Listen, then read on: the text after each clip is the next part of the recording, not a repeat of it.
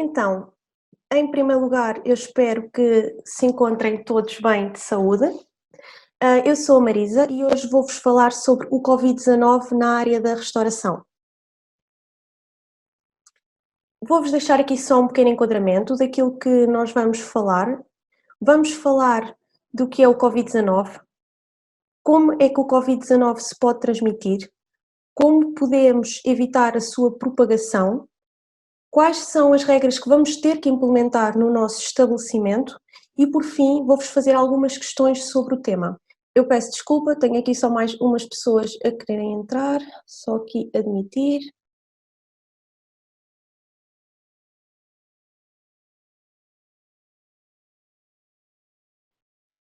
Ok.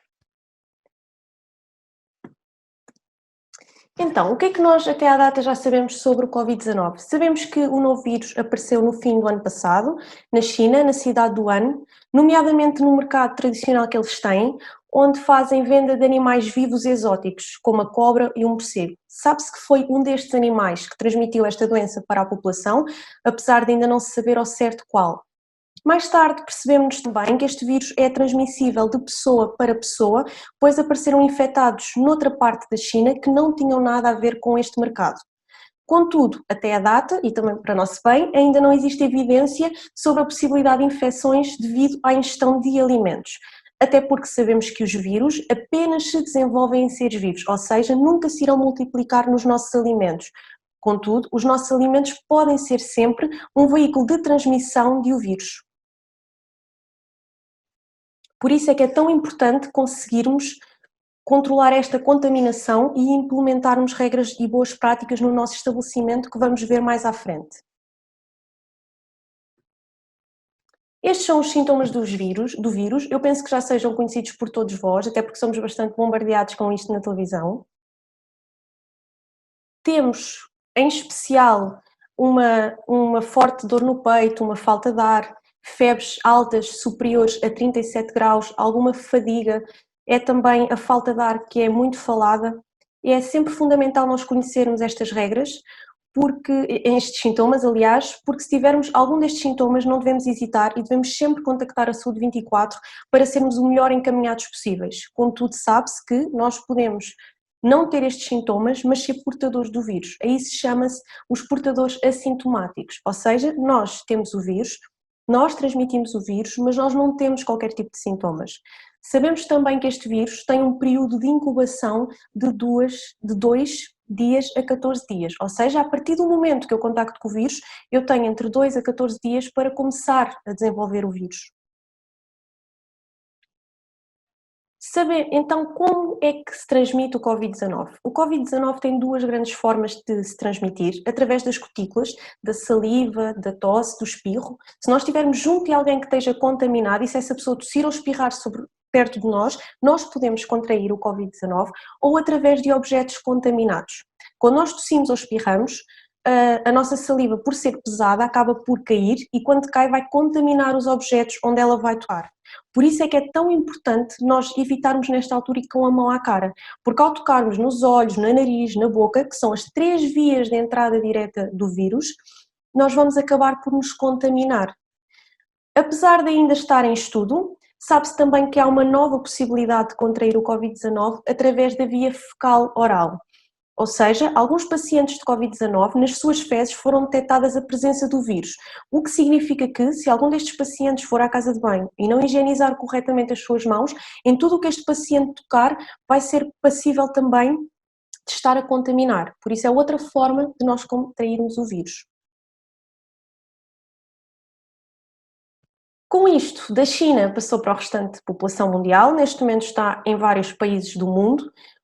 Decretou-se então uma pandemia e com essa pandemia muitas regras surgiram e dessas regras temos tido algumas consequências, entre elas 75% da hotelaria e da restauração no nosso país está encerrada, sendo que apenas 33% corresponde à restauração, os outros 70% depreende-se com hotelaria.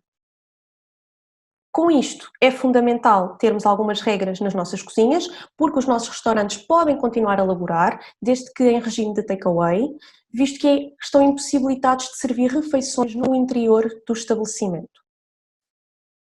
Então, muitas destas práticas, de certo que são conhecidas por todos vós, já aqui havia algumas caras conhecidas, alguns clientes, vocês têm o HACCP implementado, por isso vocês conhecem, de certo, estas regras, mas nunca é demais relembrá-las e até ver outras novas. Então, em primeiro lugar, nós devemos evitar tocar nos olhos, no nariz e na boca. Já vimos que é uma das entradas diretas do vírus no nosso organismo. Não devemos tossir ou espirrar sobre os alimentos. No caso de termos que tossir ou de termos que espirrar, devemos fazê-lo com o antebraço flétido, mas idealmente deveríamos fazê-lo para um lenço de papel descartável. E porquê? Porque ainda não conhecemos o comportamento do vírus propriamente nos tecidos e nós, ao tossir ou espirrar para cima da nossa farda, podemos estar a contaminá-la. Devemos também informar a nossa entidade patronal sobre qualquer tipo daqueles sintomas que vimos anteriormente, porque ao mínimo daqueles sintomas não devemos facilitar e não devemos realmente ir trabalhar.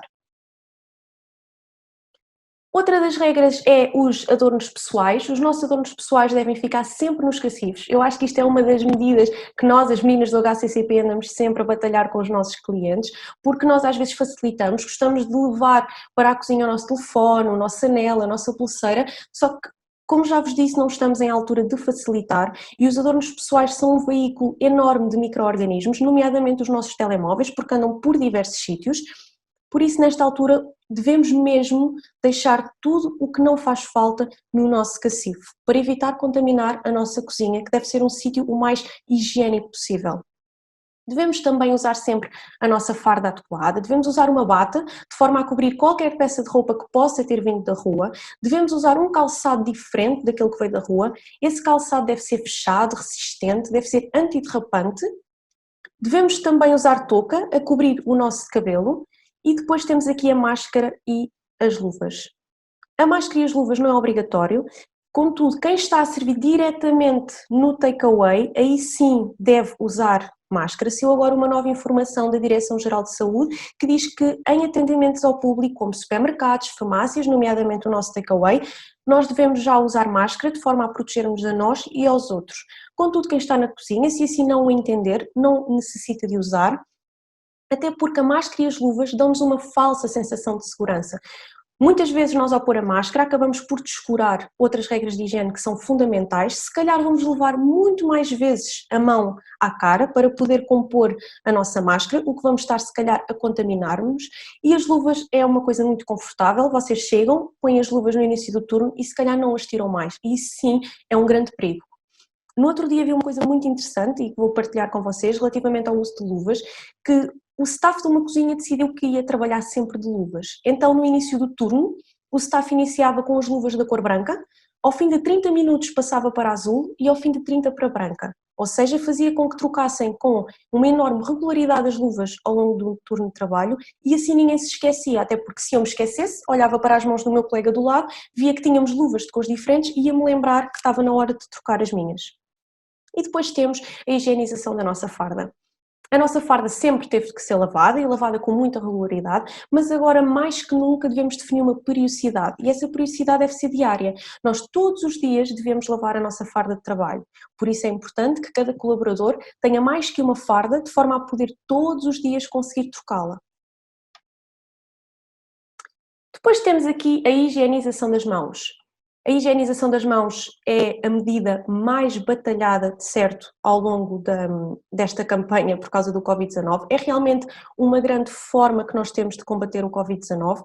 É importante lavarmos as nossas mãos frequentemente e várias vezes ao longo do dia. Nós, se estamos a preparar carne e a seguir vamos preparar peixe, devemos lavar as mãos. Se formos à casa de banho, devemos lavar as mãos. Se eu estou a preparar alimentos e a seguir vou empratá-los, então eu devo lavar as mãos. Devemos efetivamente lavar as mãos várias vezes ao longo do dia. Claro que na restauração, esta lavagem das mãos deve ser feita num sítio próprio, adequado para o efeito. Nós temos que ter uma cuba própria para lavar as nossas mãos, não devemos lavar as mãos na cuba que preparamos os nossos alimentos. Nunca esquecer que esta cuba tem que ser de acionamento não manual, a pedal, a cotovelo, a sensor, de forma a que não seja preciso eu ir com a minha mão à torneira para abrir ou para fechar. Devemos sempre higienizá-las com sabonete líquido, os 20 segundos recomendados pela Direção-Geral de Saúde. Devemos seguidamente secar as nossas mãos em toalhetes descartáveis, não e nunca com panos.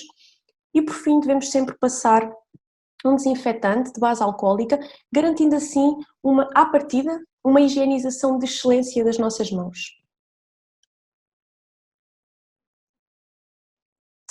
Também temos que a higienização das nossas instalações, devemos usar sempre uma bata e luvas diferentes daquelas que usamos na nossa cozinha, devemos ter sempre esse cuidado. Idealmente, a higienização das instalações até deveria ser feita com uma farda que fosse descartável.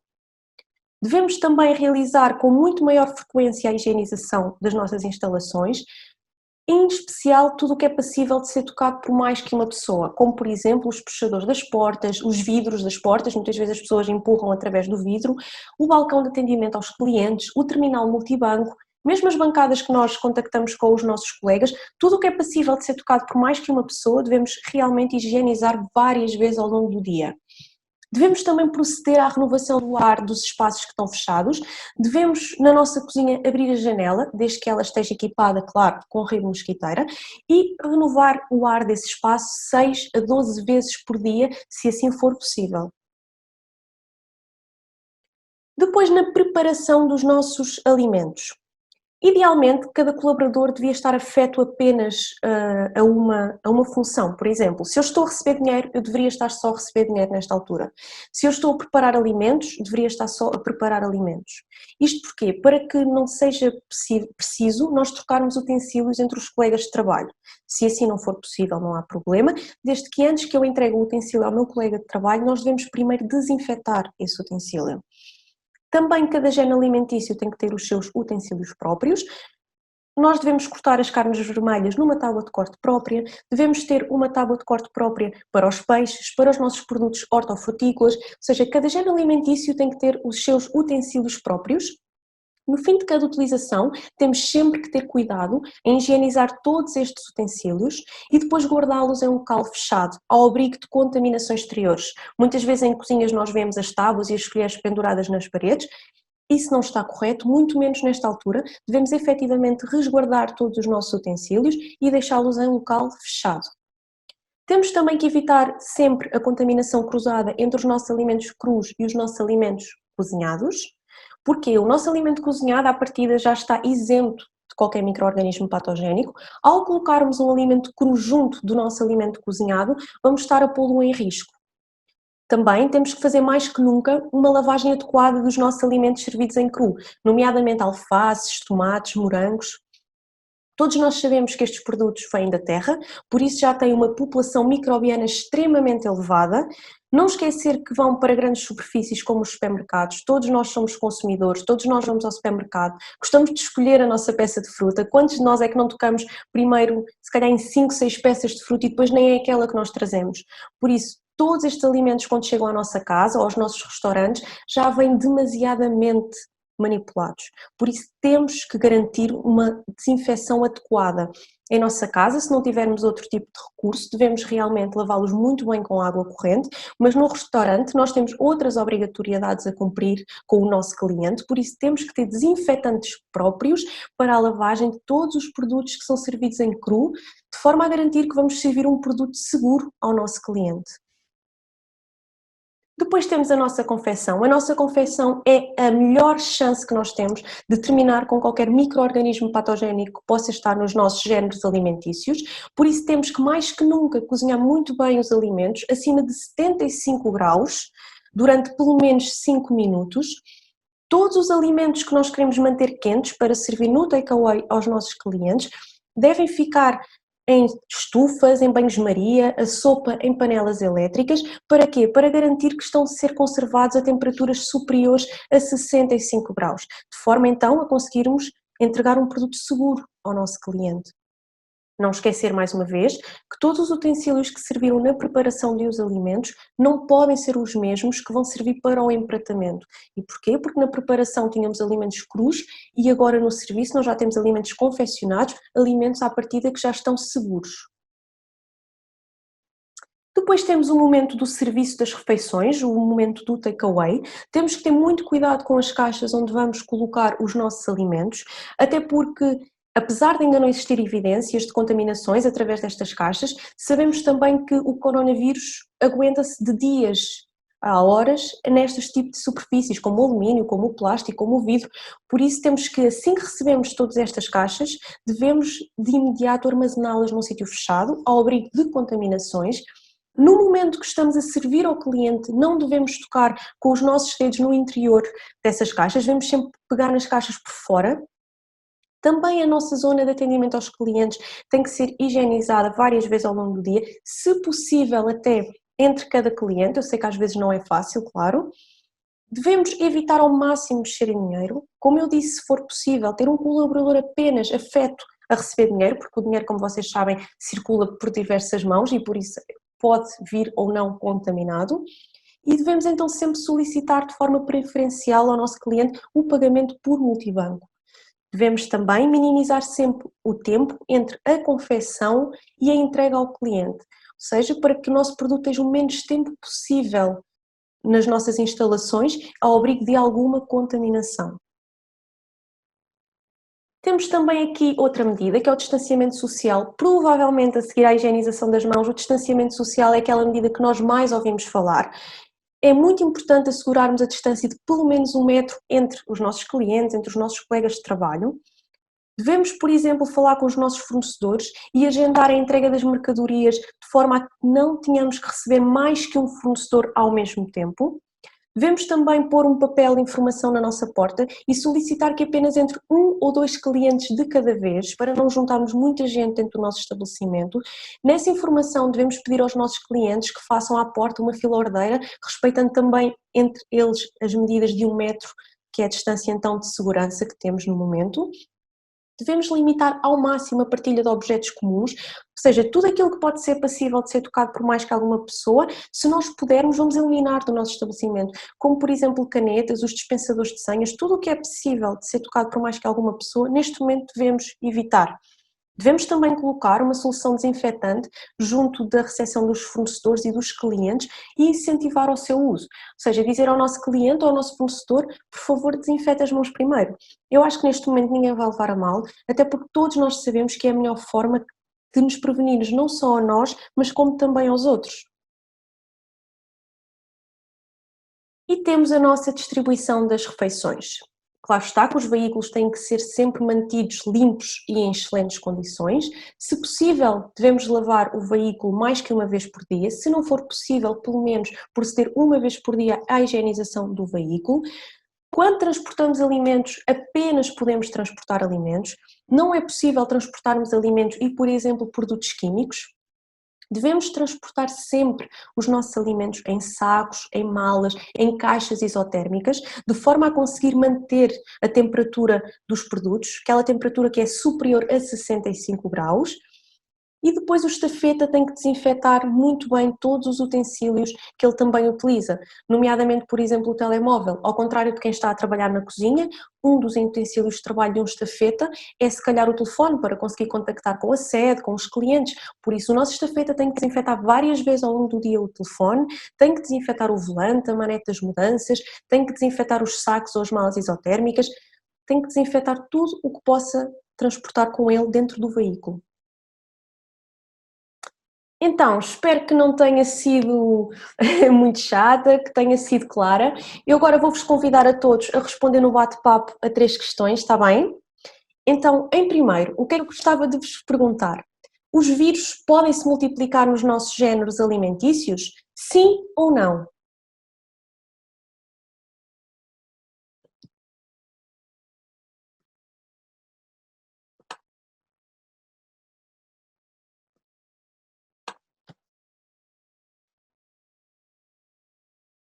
É verdade, já aqui vi algumas respostas. Não, é verdade, não pode se multiplicar nos nossos géneros alimentícios.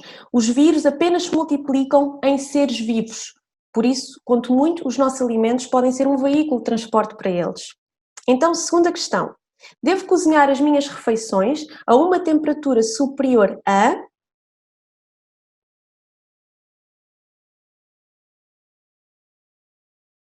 Oh, é verdade, é isso mesmo. Devemos cozinhar sempre as nossas refeições a uma temperatura superior a 75 graus Celsius. Se depois quisermos as manter quentes, então aí sim devemos manter a uma temperatura superior a 65 graus. Por último, peço-vos então que me digam que, para além da higienização das mãos, uma regra que nós vamos começar a implementar no nosso estabelecimento, de forma então a evitar a propagação do vírus.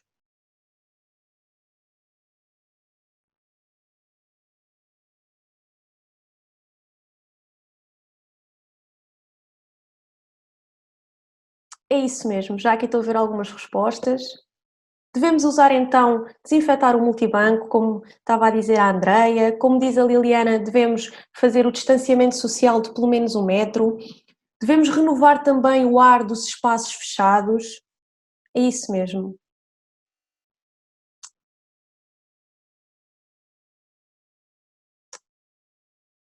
Então, agora por fim temos as nossas dúvidas, eu não sei se alguém tem alguma questão que me queira colocar, alguma coisa que eu não consegui esclarecer ao longo da apresentação, não sei se alguém tem alguma dúvida.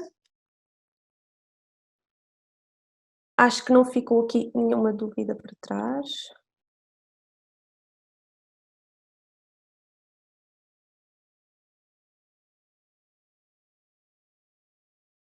Então ninguém tem nenhuma questão? Não há nada que me queiram colocar?